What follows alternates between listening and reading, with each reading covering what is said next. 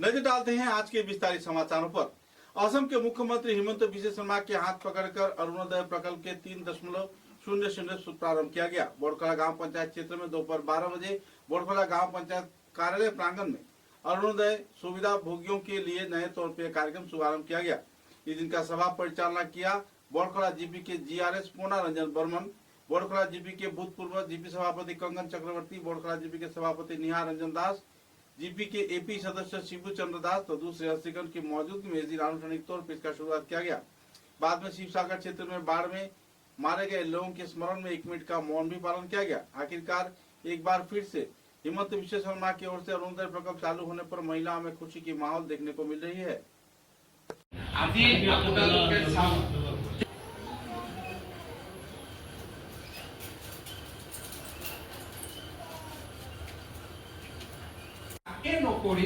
बहुत मानुहे खाली मुक्त गाली पारिब नोवारे तेटा अरुणोदयक गाली पारि थाके।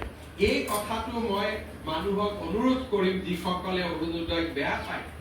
অৰুণোদয় কিমান মানুহৰ জীৱনলৈ পৰিৱৰ্তন আনিব পাৰে, কিমান মহিলাই অৰুণোদয়টোৰ কাৰণে ঘৰত সন্মান পাইছে, কিমান মহিলাই অৰুণোদয়ৰ কাৰণে ঘৰত সন্মানেৰে আজি ঘৰটোৰ বা ঘৰখনৰ সমৃদ্ধিৰ কাৰণে বা ঘৰখন আগুৱাই দিবৰ কাৰণে বৰঙণি যোগাব পাৰিছে।